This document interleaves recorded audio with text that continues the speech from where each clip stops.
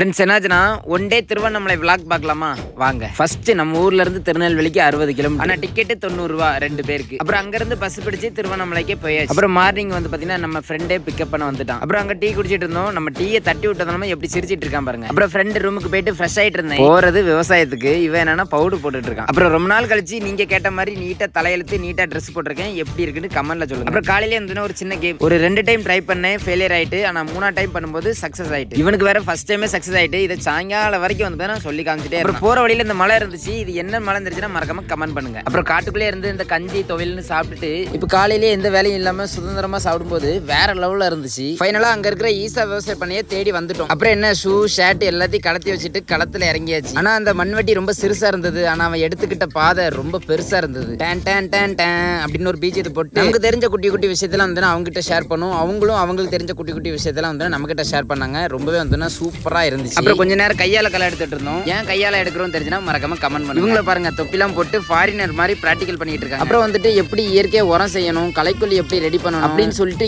ஏகப்பட்ட விஷயம் வந்து பார்த்தீங்கன்னா இயற்கையா எப்படி விவசாயம் பண்ணணும் அப்படின்னு சொல்லிட்டு நான் நல்லா தெரிஞ்சுக்கிட்டேன். அப்புறம் மதியம் நல்லா சாப்பிட்டு ஒரு 2 ஹவர் ரெஸ்ட் தந்தாங்க.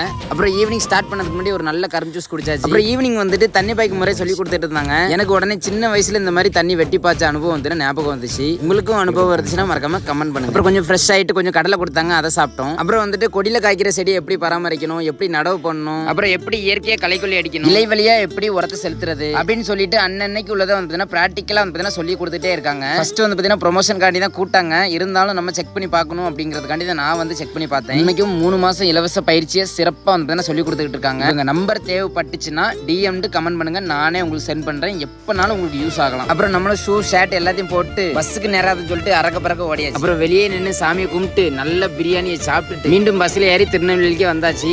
வந்தது கரெக்டா 6:15. அடுத்த செகண்ட் யூனிஃபார்ம் மாத்திட்டு தோட்டத்துக்கு போய். ஓகே, அடுத்த விளாக் நாளைக்கு பார்க்கலாம். ஓகே, டாடா பாய்.